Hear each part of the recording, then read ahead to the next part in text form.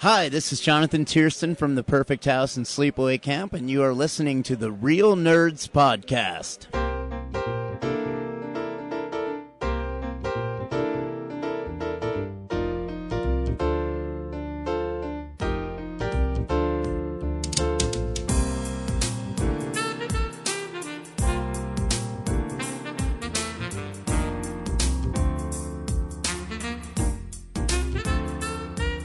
Welcome to Real Nerds Podcast, unofficially the official podcast at Denver Comic Con 2014 and beyond. I am Ryan. With me always is James and Brad, and we are coming live from the Hart House, deep in the heart of Lone Tree. Yeah.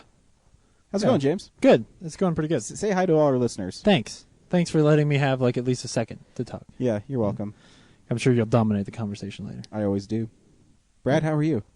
I'm exhausted, but I'm relieved because we're done shooting the pod show. Yeah. We just wrapped season 1 of our pod show. Over. For the time being. Please submit your story ideas to realnerds@gmail.com and see if we can get you on. I might give you credit. I want you guys to do a story that doesn't suck ass. Yeah, I mean, the last episode is James literally just sucking a bunch of ass. Yeah. So it's really stinky. I didn't enjoy recording that one. If you're wondering where to go buy comics, make sure you check out Colorado Coins, Cards, and Comics in Arvada, Colorado, 6700 Wadsworth Boulevard. Ask for Andrew. He will get you all your comic needs. Also, too, guys, I did secure another sponsor that I'll be able to talk about next week. Oh. It is a restaurant. What? That is opening. That's awesome. Yeah. Is it going to be delicious? It should be. Cool. But they're doing a soft opening, and so the proprietor of it asked me to wait until they opened for sure, because when you do a soft opening, you're not 100% sure what day you're actually opening. Yeah. But they're going to have a grand opening in a couple weeks, but it should be open next week. So if you're in the 120th area of I-25 in Colorado and you see a new restaurant next to another restaurant that's called Qdoba, then you know what restaurant I'm talking about. It'll be a quick service restaurant specializing in Middle Eastern food. So yeah, it should be good. I did a tour of that restaurant the other day. Where's he buy his restaurant equipment? He buys it off, I don't know, James. Maybe you could. I can hook him up. I know. It's like what you do for a living. It is. Yeah. Every week on Real Nerds Podcast, we're not, trying to sell our souls. That sounded great, James.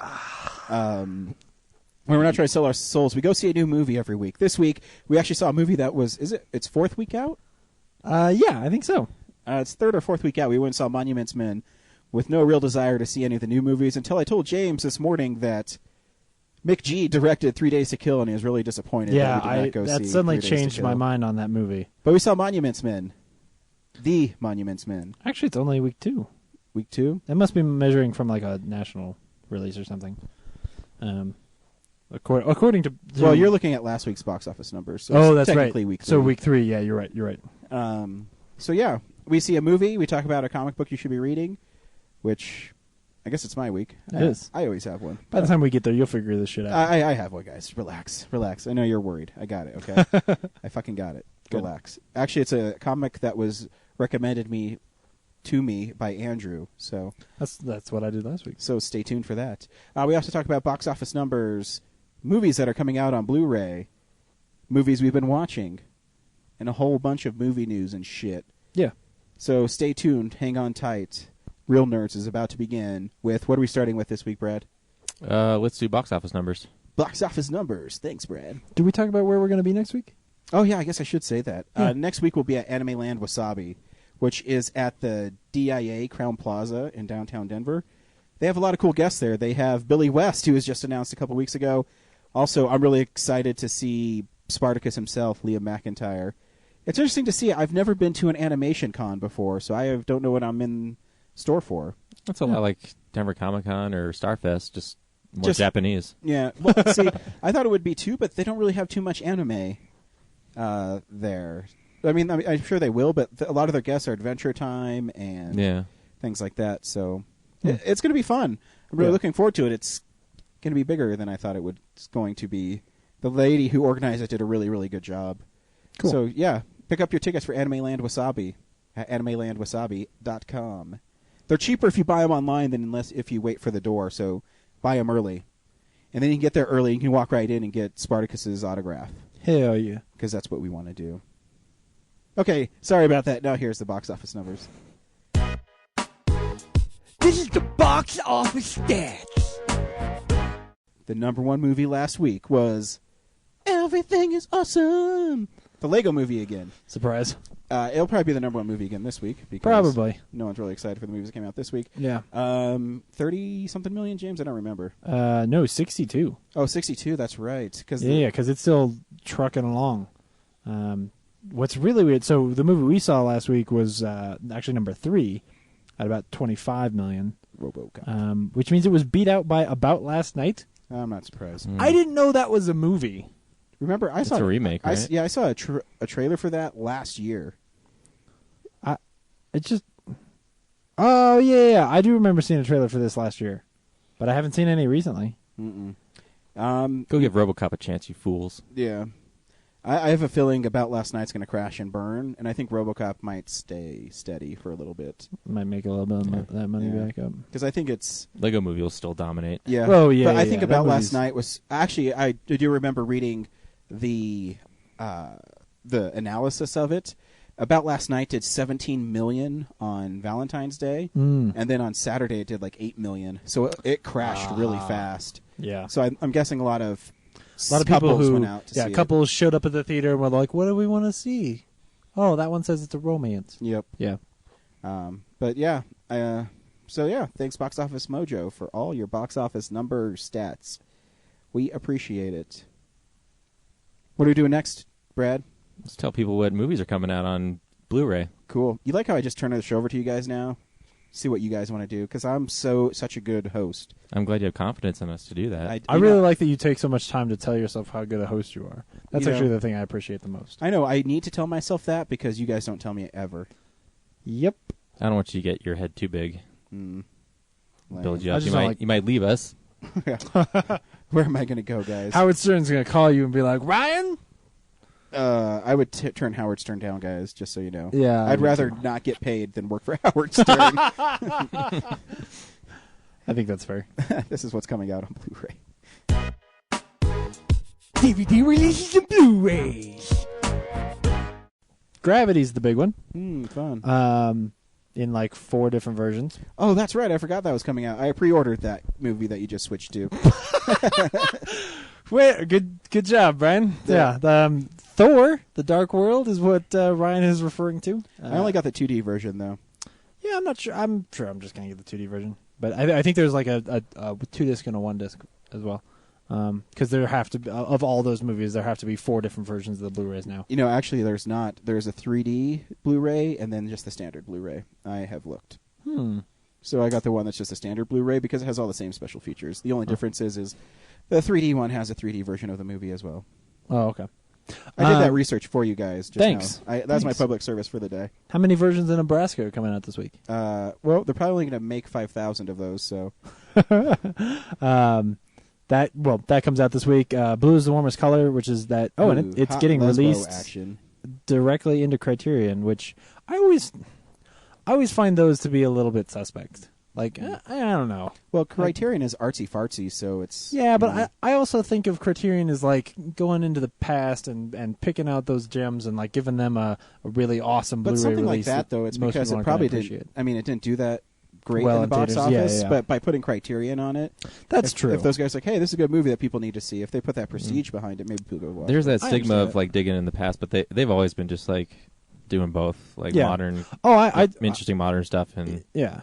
Like I have a I just recently bought, because I thought it was funny and it was cheap, a DVD Criterion edition of The Rock by Michael Bay, Nice. because I just wanted it on my shelf. I just thought that was funny. they even have one for Armageddon, Yeah. which doesn't deserve it. I'm sorry. Yeah. I have 2 Criterion DVDs. One's Chasing Amy, and the other is Shortcuts. Yeah.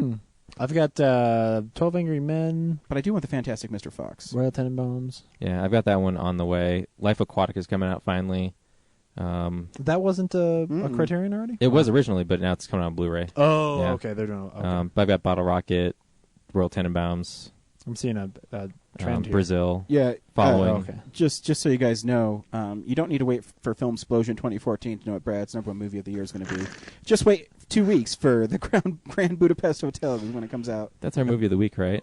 Not the other one? As long as it's not limited. What's the other one? I don't remember. It's I think it is limited. It's March 7th. It's 300 or that one. Oh yeah, no, it is. Oh, yeah, it is 300. limited. Yeah, we're It gonna is have to see limited. 300. Yeah. But So- if it's But we'll- not we'll that see. If limited, it's not limited, we'll if see it, it. if yeah. it's not, yes, Brad. If it's Sweet. not that limited, we'll see it. Sweet. It's gonna be really limited. Yeah, maybe it's playing at the It Sea might Film be at the Center Alamo. or The Alamo's been Or the pushing it a Alamo, lot. yeah. so- yeah, I'm sure the Alamo will have it. But yeah, we'll try. It was named their top, like one of their most anticipated movies of of the year. the fifth one of something. Hmm. They're highlighting it, so Yeah. Cool. So yes, Brad, we'll see that for you. Anyway, third season of Adventure Time comes out this week. Cool. The first season of Legit, which is that FX comedy, but it was really far down the line. I don't think anybody gives a shit. I don't even know what it is. It's a comedy show. It's got a British or Australian guy. I didn't think it was very funny. This is the thing I'm really excited about, which is that they are doing a Blu-ray release of Alec Baldwin's The Shadow. Did you see who's doing that? No, I didn't. Who is it? You should scroll down there and see who's making that. is it Scream Factory. It is. Really? Yeah, Because Shout it doesn't say Factory. it It should, on yeah. the. If you scroll down, it says manufactured by or released by. It It says Shout. It's Scream. Oh, okay. Oh, yeah, you're right. Cool. I'm always right. That makes me happy. Oh, yeah. I'm really excited about this one. I'm going to go and order this right away. Because I like that movie a lot. It's got its silly points, but... Said no one ever. okay, and the very last thing we have to talk about I'm is excited. from the director of Young Guns, Oh, dude, that movie's so great. releasing this week is the world's most lethal weapon, Robo-Croc. I kid you not. Wow. Is Very it- cool. It's part robot, part crocodile, All cop. all water dweller. Nice. I love it. Only on DVD. But see, I'm only going to buy it if the director of Young Guns is directing it. Your doorbell just went off, James. I know. It's Dan. He'll come in eventually. Okay. Just going to let him sit out there. What if he was being chased by a pack of wolves? No. He's dead. Then if he He's dead. feels like it's so important for him to ring my doorbell, While he's being chased Before by he I guess comes he into should've my just kicked house. it in. which Yeah. he has been in my house many times. He's ringing it again. What a nice guy. I Yeah. texted him to come in. Not like Brad. Brad came in this morning, kicked the door in. Yeah, he He's just ready to he work. snuck up behind me. Yeah, Yeah. I'm stealthy like that. Yeah. Cool. What's next? I don't know, Brad. What are we doing next? Let's tell people about the news. Sweet. Cool. It's real news. This better be some good news, James. I'm going to be so pissed off at you. You want to talk about some good news? We'll start with some good news. Sweet. Guardians of the Galaxy trailer came out this week. It did. It was fun. It's fucking awesome, dude. I watched it about 4 times right in a row. That I think the biggest problem they were gonna have with that movie is tone, and that movie's tone is exactly what I want. Like it's got wacky, funny little like scenes just in the trailer. The way they use the music, That Brad loves the most. I think it's badass. Well, now you said that it's from his own personal mixtape. It makes more sense. But still, you'd think it would be something like a song about space or something. No, because it's supposed to be like. It's supposed to be goofy. Like there's a tree man and a rocket in there, and it's made by James Gunn. Like if you think that movie is going to like all tie together in this way that always makes sense, you're not gonna like that movie. Yeah, but I'm really excited about it. Plus, I just love the way that they use that song and then like turn that into this badass like it starts off. It turns into like this chant. And then that chant, like it almost sounds like the chant from Dark Knight Rises, you know, where it sounds like this badass thing, and then that grows back into the song. I just thought it was awesome. My favorite part of the trailer is when Rocket Raccoon jumped on Groot and started using a machine gun. Yeah, The CGI looks really good. Yeah. Like Yeah, it Rocket does. Raccoon looks like a real raccoon. he looks really great. Yeah. So January 28th, we're going to get a re-release of Anchorman 2. It's going to be next year? February 28th. Okay, thanks. Sorry, Just I have it written down as February 28th. The month has gone by very quickly. So we're going to get a re-release of Anchorman 2 in theaters, very short thing for like a week, where all of the jokes, it's going to be that cut where all of the jokes are different. I was So reading like 763 different takes. Yep. Rated Yeah. R. Rated R. Yep. Awesome. It's going to be awesome. I'll probably yeah. go see it. Yeah, Yeah. I've seen it. So it's going to be a real quick thing that you're going to want You to should make go sure see you just catch. to promote like that scheme of Yeah, you're right. re-releasing a movie with different takes. It is pretty cool, yeah. And hopefully on the Blu-ray they put both cuts of the movie on it. Yeah, or yeah, hopefully they're. I could see them releasing them separately. Like They it's might. too. It is- They're it going is- to release It is them. Paramount, and I know how you feel about Paramount. Yep. No, what they'll Maybe do. What they'll Target do is will have the R-rated version, and Best Buy have the PG-13 version, and you have to go to. what they'll do is they'll just completely remix them. So the funny jokes they'll spread out between 3 different cuts. Mhm. The kind of half funny jokes they'll sprinkle back in. So to actually get like a completely funny version of the movie, you'll have to buy 3 versions at 3 different stores, Sweet. and then like change the discs out as you watch. That's what they'll do. Now insert disc 3.01. Yeah. If you want this movie to continue to be funny, go buy the Target version. We also got some news about the Fantastic Four remake. Yeah. So we don't usually talk about casting news, but this one's kind of weird to me. The only thing I think that all the cast is interesting, except Sue Storm and Johnny Storm are brother and sister. And Yes, and they're black and white. Yeah. I guess you could be one of them's adopted. I don't know. I guess. Maybe they're just never going to make a thing out of that. They're just going to. Or maybe they won't. Yeah. Maybe they won't be related in Yeah, any they're way. the same last name. Just a coincidence. Yeah. I do like Kate Mara more than yeah. Jessica Alba. I love that Kate Mara is going to be Sue Storm. That one actually makes the most sense. It is to me. interesting though that Miles Teller is Reed Richards because Yeah. I thought guess- the other guy was going to be Reed Richards until I read the thing. Jamie Bell. Yeah, Yeah. exactly. I thought the same thing. I thought it was going to be like Michael B. Jordan is the Thing, just because he's inherently kind of a tough dude. Maybe because I watched that movie, Fruitvale Station. Yeah. And then I thought Jamie Bell was going to be Mr. Fantastic, and that Miles Teller was going to maybe be like if Miles Teller could thin up a little bit, that he was going to be the Human Torch. But that's yeah. No, I mean, I guess I always just thought of Reed Richards as an older guy, but I guess That's if they, the other thing. I guess They're if they all make very young. Yeah, I guess they make an origin young guys. Yeah. And I heard they're going to use Doctor Doom again. Hopefully, they make him cool. Yeah, I'm fine with Doctor Doom. No, Doctor Doom's a great villain if he's Yeah.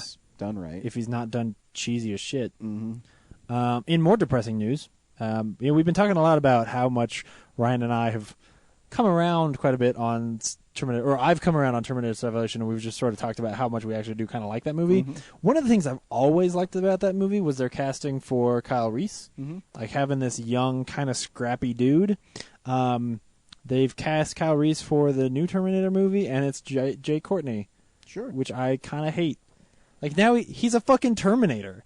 Like since when is like Kyle Reese should be not the guy who's supposed to be like you're not supposed to believe that Kyle Reese is gonna really kick ass against the Terminator. I don't know. He kicked even ass in the first one. Yeah, but he's still like a kind of scrappy little dude. He just sort of he's Well, I he's guess I see what resourceful. you're saying, yeah. Yeah. Whereas this dude looks like Samuel Worthington too. yeah, if they cast him as the Terminator, you'd be like, oh yeah, okay, that makes sense. Yeah, because he's gonna go and like just beat the shit out of people. Well, maybe they have the storyline that they were going to do with Salvation, where Kyle Reese was actually killed and they put him on a Terminator body. I don't. So I don't know. That's not it. Anyway, that's it. That's Jay news. Courtney's listening to this and he's like, "Hey, fuck those guys over there." Is he British or Australian? He's Australian. They're all every bald action movie star is Australian. He's not bald. He shaves his head bald. That's what I meant.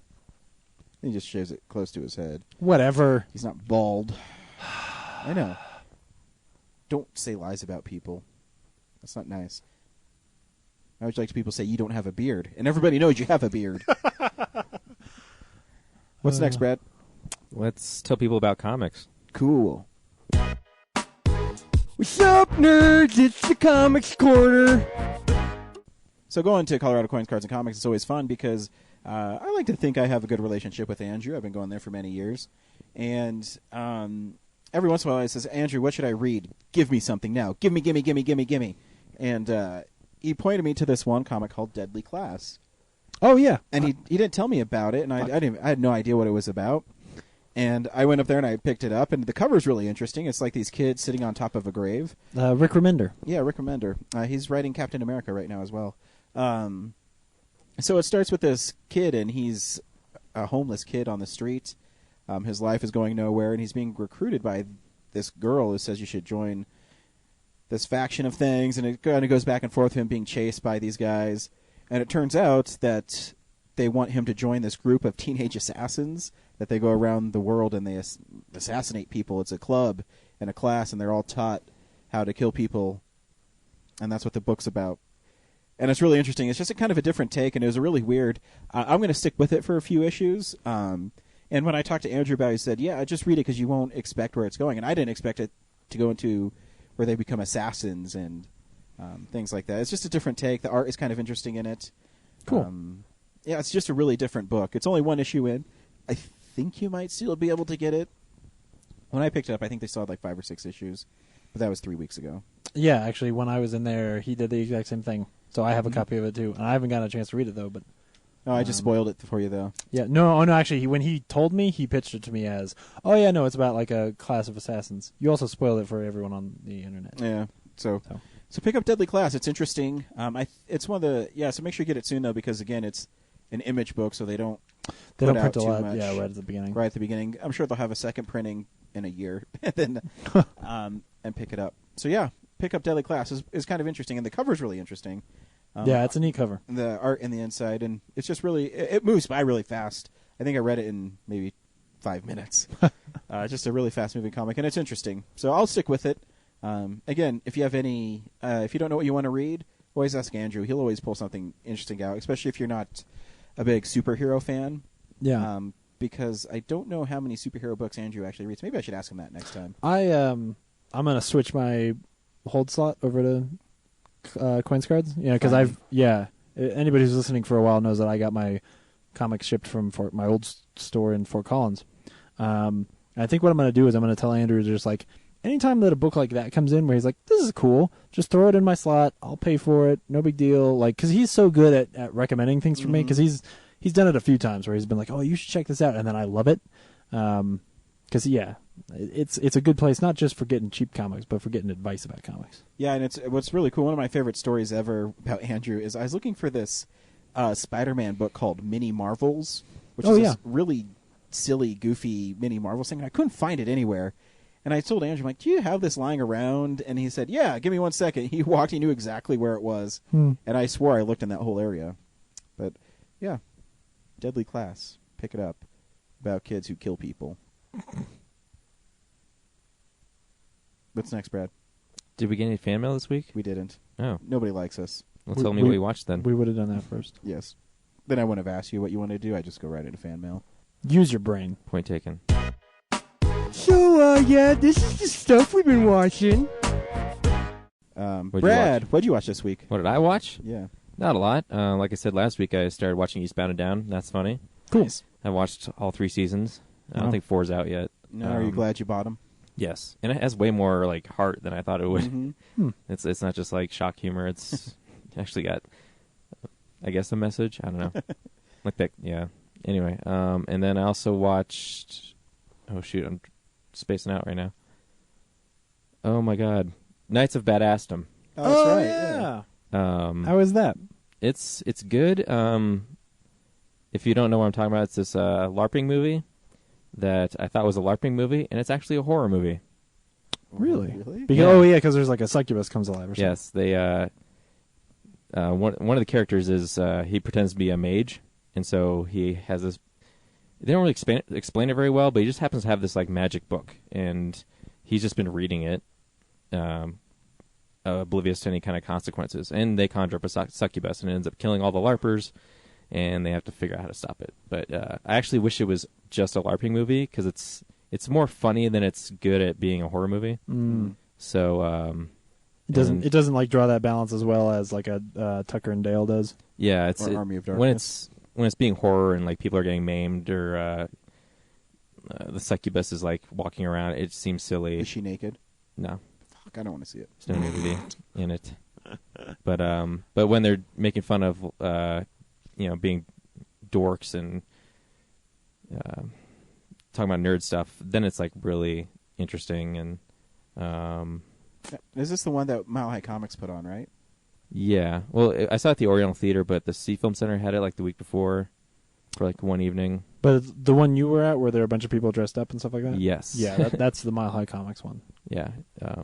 Way more. A lot of like I think everyone was dressed up except for me.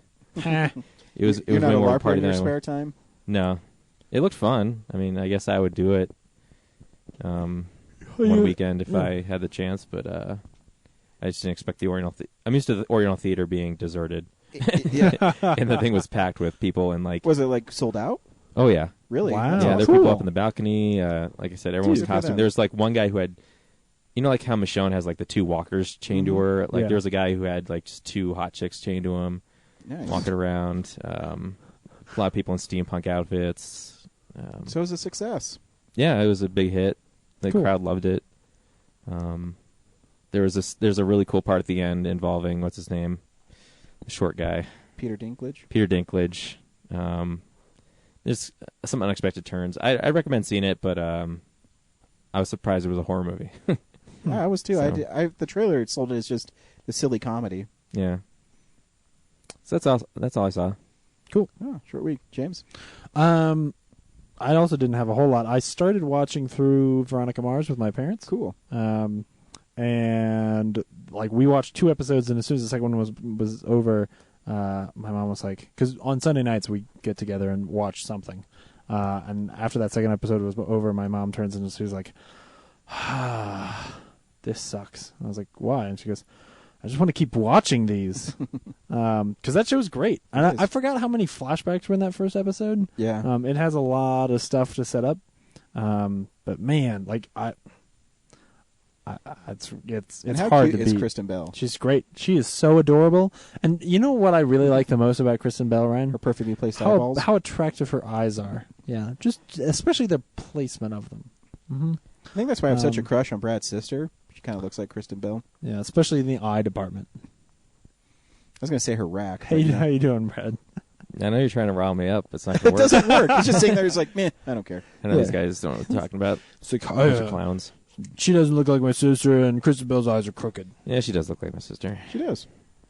and both her eyes are crooked. Is Kristen Bell pregnant? Because so is my sister. She was. She used yeah. to. Yeah, she was. Yeah, for a while. Anyway, and then the other thing I watched, just barely had some time to get one of my list of shame movies crossed off. This is one that is probably not on a lot of people's list of shame, and it's not going to be like Schindler's List, where like you know when I used to tell people I hadn't seen Schindler's List, you'd get like, "Oh, you've never seen that movie?" They thought you should be part of the Holocaust. Right. Oh gosh. This is more like a film education one that I've had on my list for a long time, and as I was building my list, I just got really excited to finally get a chance to see it. So this week I saw The Third Man.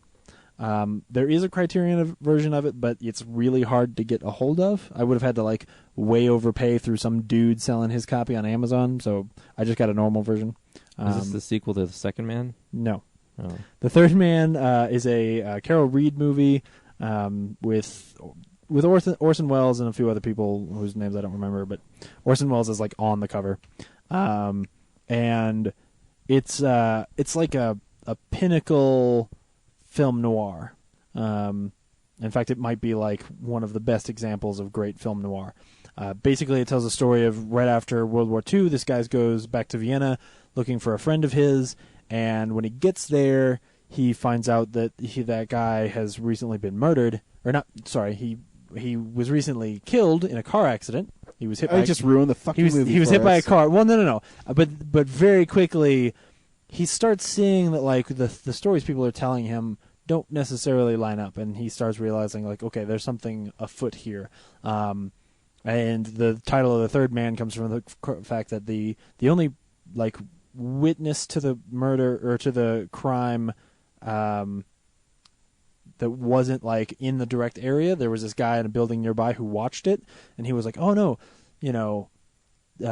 3 people carried him from where he got hit to the car where they drove him to the hospital, not just 2."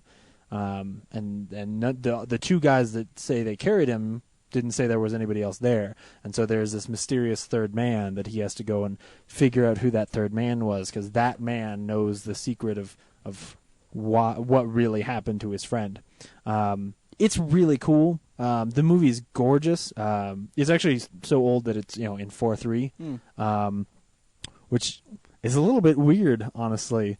When I was watching Universal monster movies, you forget that they're 4:3. Yeah, like you have to train your brain, because my brain just automatically looks at that and goes like, "This is bullshit. You're cutting off half my movie." But there's a whole lot of storytelling that they do with just shadows, and it's awesome. It's really, really cool. Not even just storytelling, but like suspense building, and like he clearly was very meticulous in the way he designed those shots and lit those scenes. It's really awesome to watch, and I honestly think that the mystery that they tell and the story that they tell is really cool. At one point, I thought, especially once they start revealing some of the things, I was like, "Oh, okay, I know where this is going. This isn't going to be that interesting." And once you figure out the mystery pretty quick, I think, but it's not just about the mystery. The characters and how those characters end up interacting and the things that they end up choosing to do, I think is really kind of touching, sometimes heartbreaking. So it's a cool one. I would absolutely go recommend this movie. Like if you're somebody who's into those older films, like you should check this one out. Film noir is a kind of a genre that's been neglected for so long. Yeah. And do you think it's because people will think it's too cheesy now, or is it too slow for modern I think it's audiences? too slow. Like it's the same reason why you don't see a lot of mystery. The same reason why Veronica Mars is so special, in that it is a mystery show. Like, when was the last time you watched a movie that you would actually consider like a mystery? Like a lot of times, like the movie we saw tonight, there are some mystery elements to it. Like they have to figure some things out, but it's really rare that you have like a Murder on the Orient Express kind of mystery where somebody gets killed or something happens, and the rest of the movie, not a lot of action, not a lot of chases. It's a lot of people sitting in rooms and having tense conversations. I would say that maybe like I would want to say something like Zodiac, but that's a bizarre sort of twist on it. It's not a straight up mystery. It's more of like a crime thriller. There is something. Recently, there was a movie I remember saying like, "This is really cool. This is really like a mystery movie," but I can't remember what it was. And it's a shame because it's a genre that I absolutely adore. Mm-hmm. It's just I don't think that everything's been played out. It's not like you can't tell a good mystery anymore. I think it's just that everybody wants an action scene. So so this is a good one. Cool. Yeah. For future reference, if you're looking for Criterion DVDs or Blu-rays, you should check out Twist and Shout, because they usually keep one of each Oh, cool. in stock, so you don't have to like deal with your online guy. Yeah, absolutely. And I even looked on like the Criterion site, and that was, because I'll be honest, like I want to buy the Criterions when I can, but if I go and the Criterions are still $40, so on some of these I might not. But well, too, you live by a Barnes & Noble that still sells the Criterions. And That's true. About once every... Where is there a Barnes? Oh, fuck, that Barnes & Noble's still there. I hate that Barnes & 50% Noble. off. Yeah, every 3 or 4 months they have buy one, get one free, or they're half off or something. I hate that Barnes & Noble with a passion, so I never go in there. I didn't even realize that they had them. Because the parking lot's the worst, god-awful I don't parking lot remember. on the planet. Oh, I hate it so much. Ugh. I remember the last time I went to that one because they had the only copy of Abbott and Costello Meet Frankenstein in town. Oh, yeah? Yeah. Huh. So I went there and picked that up. Cool. On Blu-ray. What'd you watch this week, Ryan? Oh, fuck. So much stuff. Here, let me get out my scroll. Just kidding. I watched a few things. I was able to score at Tradesmart.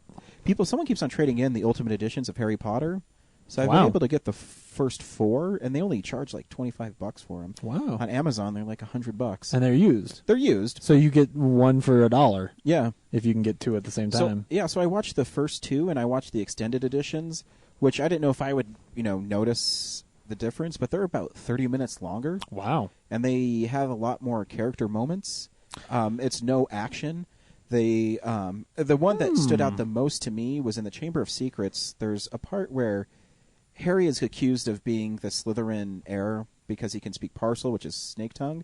And there's a whole extra 5-minute scene of the kids picking on him because they're saying, hey, you're the evil guy, and everyone was already suspicious of Harry because he's a boy who lived from Lord Voldemort, and so there's a whole scene where the kids pick on him, and he's kind of distraught over it, and he gets accused of these kids being petrified, which is a spell that renders them petrified.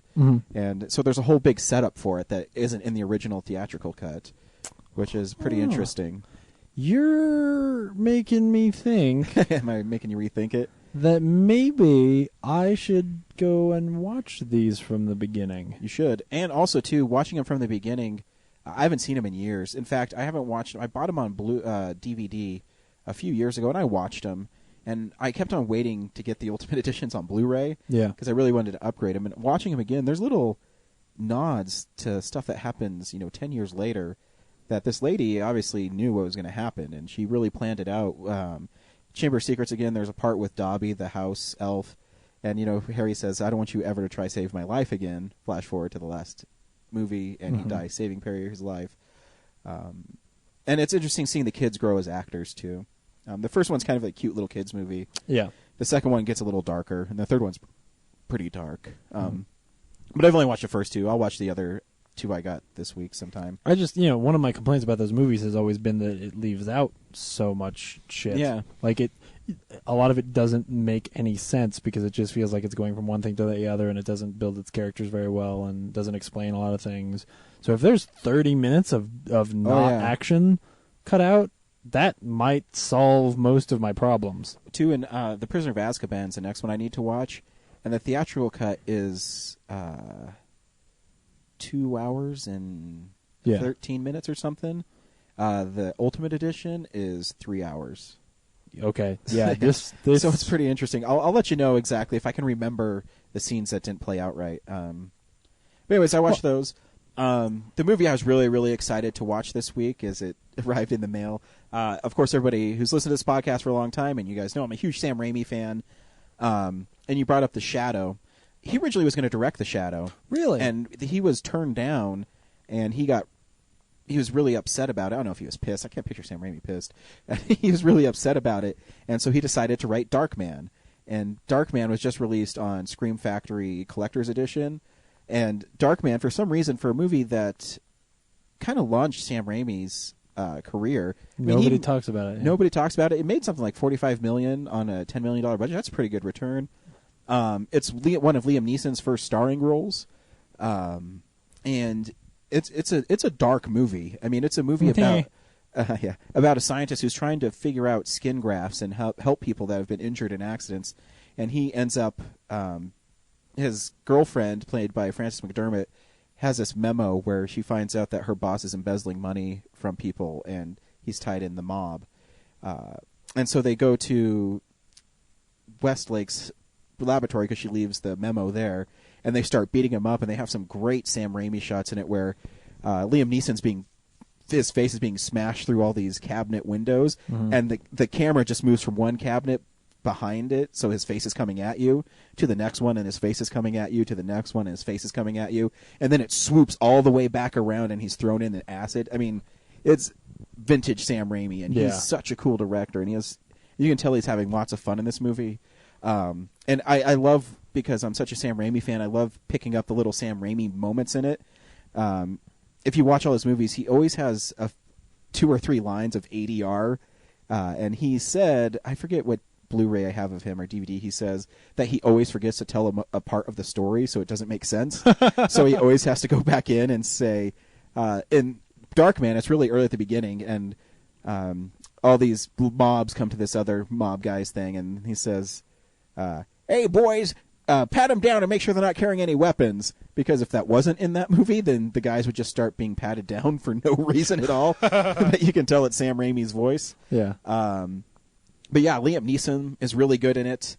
And I think Darkman as a character is a really cool character. After he suffers his horrific accident, he's put in a hospital since he's burned beyond recognition. No one knows who he is. And he's given this soup. They do something to him where he no longer feels pain, and it amps up his strength. So he doesn't feel pain, and he's stronger than he was. And he has a really cool costume. He has like bandages and a cloak and a hat. So he is kind of looks like the Shadow. Yeah. And it's a pulpy movie. It's really pulpy. And I love the part where he's in a carnival and this guy won't give him a pink elephant that he won, and he gives him a hard time. So the carnival guy pokes him in the chest, and Liam Neeson grabs his fingers and bends them backwards all the way, and he's like, "Give me the fucking pink elephant!" And he gives it to his girlfriend. It's pretty funny. But yeah, you should see it. It's pretty violent. It's pretty radical. I love Sam Raimi. Yeah. His car's in it. Still has his sense of humor. And if you get the Scream Factory one, there's an interview with Liam Neeson on it. Really? Yeah, and he talks Cool. about how it was his big break, and he didn't think he was going to get the part because there was a lot of famous actors who auditioned for it as well, and he couldn't. Who else? A couple of his friends. He name drops them, and I forget what names he said, but it'd be surprising. It was surprising that they picked him because he really didn't do anything before that. Yeah. Because that movie was shot in '89. Can you believe how old that movie is? That's crazy. Yeah. So yeah, I watched Darkman. And my Jason Statham thing, I kind of slowed down this week. I was kind of busy, so I was only able to watch a couple of them. I watched Cellular with Oh yeah. Chris Evans, And Kim Basinger, Kim Basinger, yeah. and it's pretty good. I mean, Jason Statham plays the bad guy in it. Mm-hmm. You have to remember it's at a time before when cell phones were brand new. Is that Chris Evans? Yeah, Yeah. and he just runs around town trying to save this lady, and Jason Statham's a bad guy who's kidnapped her, and it's kind of a mystery and a thriller. You find out why. It's a really well made film. I mean, it's shot really well. It's pretty well done. It's one of those movies that like is really good considering that the plot of the movie is, hey, people have a lot of cell phones now. How do we make cell phones into a thriller? Yeah, You know what I mean? Yeah. Like it was written at a boardroom table. you Oh know? yeah, and Robert Shea has a cameo in it. I always have a feeling he has cameos in his New Line movies that he thinks are going to do well. And that movie ended up doing pretty well, I think. Something like $60-70 million. Yeah. It's an all right movie. I mean, it's still a thriller. There's some really cool action scenes in it. There's some great driving moments in it. You can see where Chris Evans kind of became a star. He has really nice charisma. Yeah, he can carry that movie. Yeah, for sure. And the other Jason Statham movie I watched was The One with Yes. Jet Li. I haven't seen it in years. If you don't know the movie, it deals with parallel universes where if you kill your own self, you gain their essence In a different universe. in a yeah. different universe. So this guy named Yu Law is going around and killing all his other selves, and he has one guy left to kill, and his name's Gabriel Law. And they're super fast and super strong. And Jason Statham plays a cop who's tracking him through all these wormholes in different universes to capture him. And there's some pretty sweet action scenes in it. It does suffer. You're right. I think you mentioned last week. It suffers from a little bit of the Matrix thing. Yeah, where everybody was trying to make a bulletproof monk movie. Yeah, and he has drowning pools bodies where it's like let the bodies hit the floor. Yeah. When he's beating everybody up, and then there's another like cliched heavy metal song where he beats up a bunch of people. Yeah. And then he's listening to a stereo in a car and he's getting all pissed off until he gets to the hard rock station. So there's some goofy things like that, but there's some really sweet action scenes. The last scene where Jet Li is fighting himself is pretty badass. And I was actually surprised. I thought it was rated R because it's kind of violent and there's lots of blood in it, but it's rated PG-13. It's cool. And Jason Statham is pretty good in it. He's there. Yeah. Except it's weird that I know because I've read about Jason Statham. He's a black belt in some martial arts, and they kind of find a way to make sure that he doesn't fight at the end of the movie. So he kind of goes out like a bitch. I mean, he lives, but he gets like kicked and his arms busted or something. Just so it was a weird time because also that time they're trying to find vehicles for Jet Li. Yeah. to make him 'Cause basically a Jackie Chan. That movie is supposed to be a Jet Li like a awesome movie. Like you need Jet Li to be the hero at the end, Yeah. not to be Jason Statham. Yeah, that Jason Statham hasn't existed yet, but Yeah. Movies like Crank were a couple years away. Yeah. So yeah, that's what I watched this week. Cool. All right, have we done everything? That's it. Yeah. That's it. Okay, cool. So this week we went and saw The Monuments Men. Brad, should people go see The Monuments Men? I guess. I mean, it's a good movie, but I wasn't in love. I wasn't in love with it. James? Yeah, I think it's good. It's one that if you waited and rented, you'd be fine. But I think it's worth seeing for sure. It's interesting because it's hard to review because it feels like anecdotes rather than like one straight story to me. Mm-hmm. It's everybody who's in it is really fun. Yeah. I agree too. I think it's a good movie. If it didn't have so much schmaltzy parts in it, there's parts where it seemed like it was award baiting itself. Mm-hmm. Where if they just told the story, I think it'd be more interesting. Yeah. Here's a trailer. But yeah, I guess rent it. I mean, I enjoyed the movie. If you feel like going to see a movie, this is a really good choice. Yeah, I mean, Yeah. you'll have a good time at it. Yeah, absolutely. Here's a trailer for The Monuments Men. While we must and will win this war, we should also remember the high price that will be paid if the very foundation of modern society is destroyed. There's a Michelangelo joke to be made. You're just the man to make it. We have been tasked to find and protect art that the Nazis have stolen. Well, the chaps are all very anxious to get started. We have your architect from Chicago, a sculptor, a director of design at the School of Fine Arts, and a few other experts in various fields of art. How the fellas making out? Like Olympians! We want to go into a war zone and tell our boys what they can and cannot blow up. That's the idea. If you would just read the orders. I'll tell you what these orders say. Don't knock out Colonel old de building. Beer. Do not interrupt me, Lieutenant. I think that went well. We're going to start with a friend in Paris who's going to have some idea where the French art has been hidden. How can I help you steal our stolen art? The Nazis are taking everything with them, so we have to get as close to the front as we can. Look at this. It says if Hitler dies or if Germany falls, they're to destroy everything. Everything. We gotta move. They tell us who cares about art, but they're wrong. It is the exact reason that we're fighting. For a culture, for a way of life. What is all this? People's lives. Hitler wants everything. It's your responsibility now. Come on, give me a hand.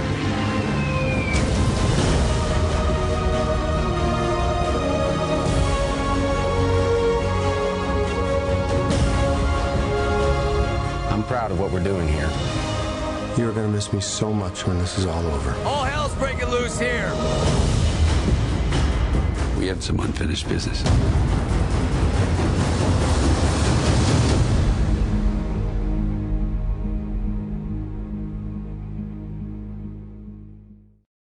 I will say right off the bat, I do like George Clooney as a director and as a writer. Yeah. I think his movies are really fun. And this is another movie that's really fun.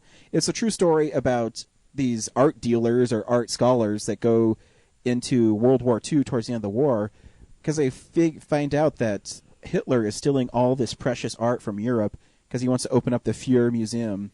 And they want to go back and basically steal the art that Hitler has stolen from not only fine arts galleries, but Jewish people and people he's conquering in Europe. You know what's funny is this sounds like the cheesy villain plot from like a shitty 70s sort of 007 movie, but it's real. It is. Like it's such a stupid, silly thing and really happened. I know, it's one of those things too where you It's see like, it. he's stealing all the art so he can put it in his own museum. Oh snap. Where you feel Hitler, kind of what a bad dum-dum. for Germany because they have there's a part in their history where they are the most embarrassing thing that's ever walked on Earth.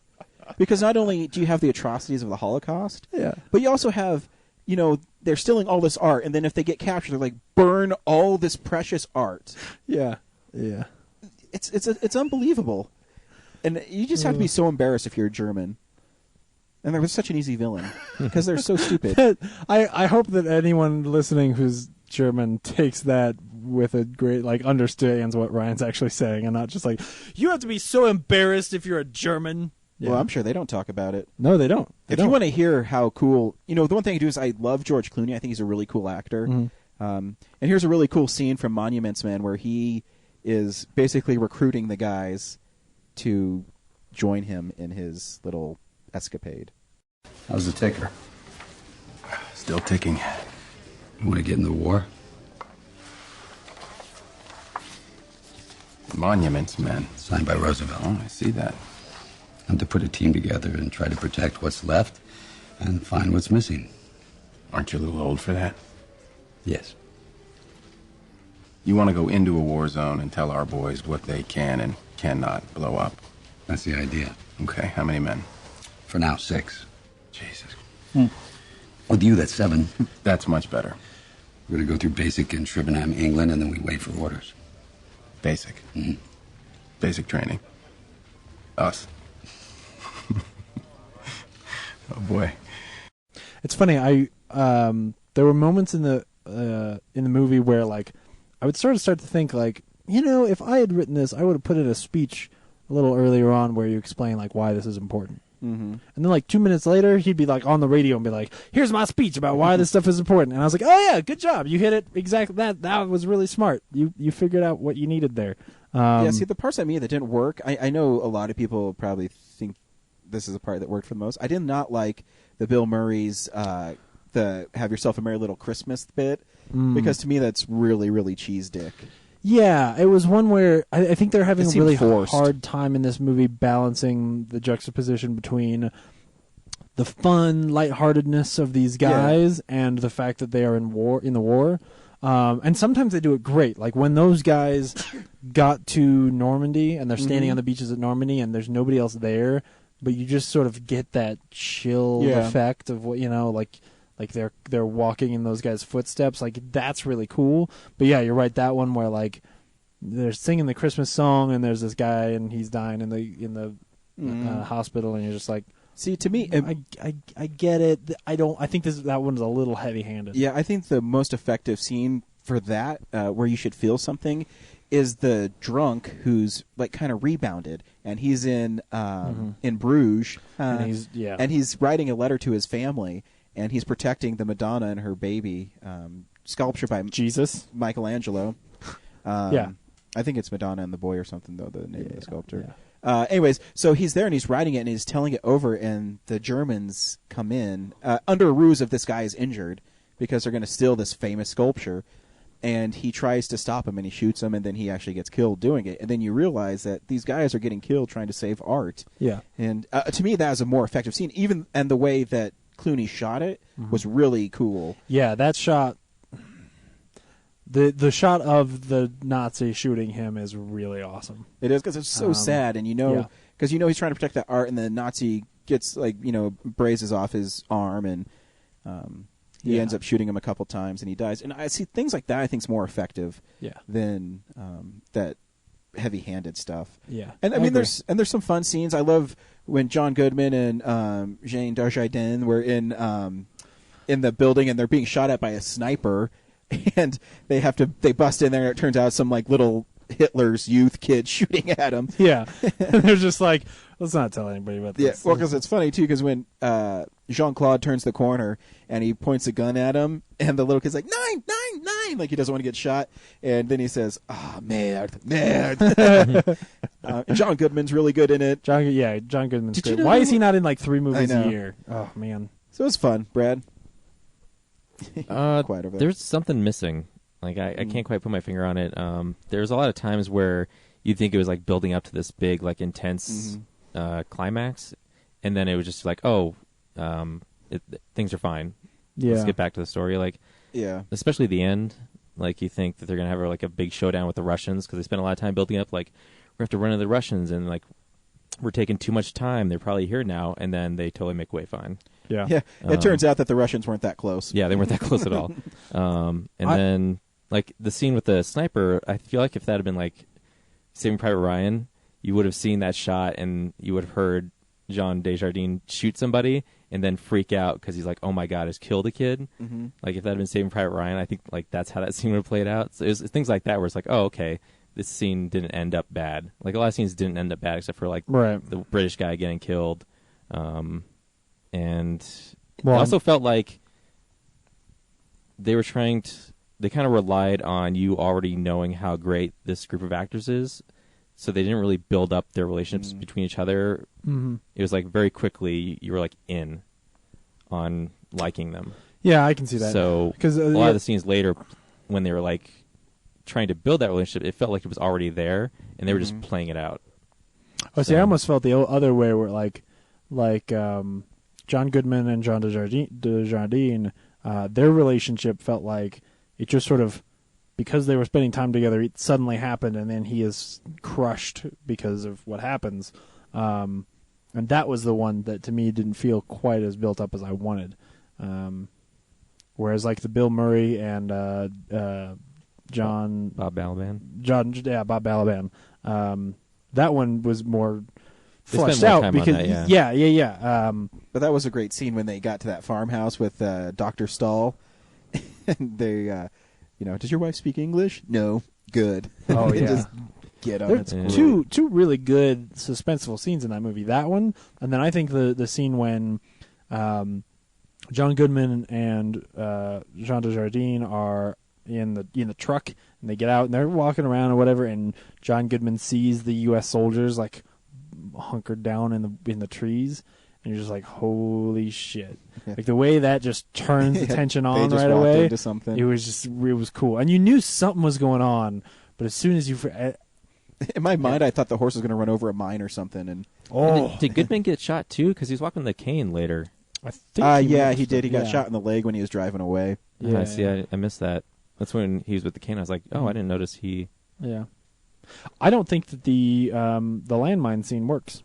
No, I don't understand how they didn't work for me. Saved him. Like it was a dud. It really was a dud. Yeah, but how was putting bricks on it? Yeah, it didn't matter. Right. Yeah. So they put the bricks on there thinking that was going to work, and it didn't. But it was a dud. Yeah. But how would if it wasn't a dud? How would that have? They would all their died. problem? They would have all died. So they were just posturing. Yeah. Like, hey, let's just play with this until. Yeah. Well, I honestly, I think the biggest reason it doesn't work is that they all stay there. Like that whole thing, like, just felt very forced. Of like, no, we're gonna stay here. Like, really? If I were his character, I'd be like, no, you're fucking not. Like, come on, don't be dumb. We need you guys to save the art. Yeah, right. Like, we've done all this work. People have died. Maybe one of you can stay, but yeah, people have died for the knowledge that you now have. If you guys die, no one knows these things anymore. And the funny thing is too, is they put all those bricks on there, so if it went off, there's an off chance that you didn't get hit by the blast. The bricks would all get the bricks would get you. Yeah. That scene just didn't. Like, I think it was the payoff is funny about it being a dud, but I think the tension just didn't work for me at all. Yeah, I know, it's fun. Yeah, that's what we're seeing. I might get it when it's cheap. Yeah. Like I said, I like George Clooney. And a really interesting story. It is, yeah. Another thing when it's real is crazy. Yeah, the stuff about like the mines, things like that I assume are real. They're just cool. And how's that castle empty? Yeah, I would like to know if Castle Neuschwanstein was actually used for that. Well, that was funny too. That's a funny scene though, because they're all sneaking up there. They're getting ready to engage in a battle, and then they turn the corner. And what's the name of that sculpture that's really famous? Oh, I can't remember. Even what? Matt Damon even says it. He's like, it's the something. Yeah, and that's the only thing that's there. It's just in the middle, like this world famous sculpture. Oh, the Rodin. The Rodin. Yeah. It's like it's the Rodin. Well, it's the artist. It's not the actual. In the middle of the courtyard. Yeah. I just thought it was interesting that it was like, I don't know if they just chose that one because that castle is like the coolest castle in the world, or if they really. I mean, that castle's in Germany. It makes sense that would be one they use, but. It's crazy that like no one was manning it. Like it was just they dumped the stuff and then left. Yeah, you'd think a expensive castle like that, like the Germans would be all over. Well, they do know too. Towards the end of the war, Germans started giving up. Yeah, because they didn't have food and I think by then they had already been to a mine where like there were only a couple guys. Like there wasn't like a whole lot of people guarding it. Well, you know what? You can get the book. There is a book. There's a book based on a book. It's based on a book. And you can go and read about what actually happened and not listen to us. Yeah, we're guessing what happened. Yeah. Based on a movie that is fiction and meant to be entertaining. Yeah. So, that's it. Yeah. For the Monuments Men. Next week, we're seeing Liam Neeson nonstop. Yes! I'm excited. If I don't get off this plane. Wait, if you don't fire $150 million. That doesn't even make any sense. I mean, is he going to kill all 500 passengers on the plane? He's going to probably blow the plane up or something. Eventually. With himself on it. And some of the people on that plane, he may not be on the plane. Oh. How did you get this? He's got a camera. Maybe Julianne Moore is actually a robot with a camera in her brain. I'm going to watch Taken this week to get me in the mood. I'm gonna watch Downton Abbey. That sounds boring. That as woman fuck. is that woman is pretty, and she's in that movie. Oh yeah, I have no idea what you're talking about. Oh yeah, the stewardess is the I only is know the woman. I only know from- Liam Neeson and Julianne Moore are in it. Oh yeah, the other stewardess is the woman from. She plays Mary. I've got to get off this plane. I'm trying to save it. That's my favorite shot of any trailer so far this year. I mean, I love all the Spider-Man shots, but there's a shot in the trailer for Nonstop where the plane's like rocking and his gun flies up in the air and he grabs it and starts shooting. It's like that shot from Mission Impossible 3 or 2 where he kicks Ethan the- Hunt kicks a gun up in the air and catches it. Is this directed by John Woo? Because that'd be sweet. Oh no, I'm sure it's directed by one of those. Because if it was, Besson when guys. that happens and the plane shakes and stuff and the gun comes up, I'd have like doves fly behind him and he'd grab it. And Why are there so many doves in this plane? Why doesn't anyone open a The window? overhead panel just comes off and the doves fly out. that'd be awesome. Yeah, no, it's like when the oxygen masks drop. Like those panels open and doves are inside those little cabinets. So stay tuned for Nonstop next week. Yeah, it'll be great. Bye. Bye.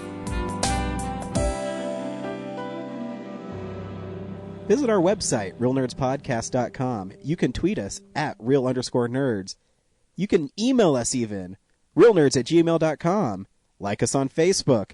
Hey, stream us on Stitcher. You want to call us? 720-6nerds5. And download us on iTunes. Just search Real Nerds. Thank you, Joe Kempter, for the wonderful voiceover. And also Spark Mandrill for the wonderful late-night jazz smooth sounds of movies. You can find him on SoundCloud. This has been a Nebulous Visions production.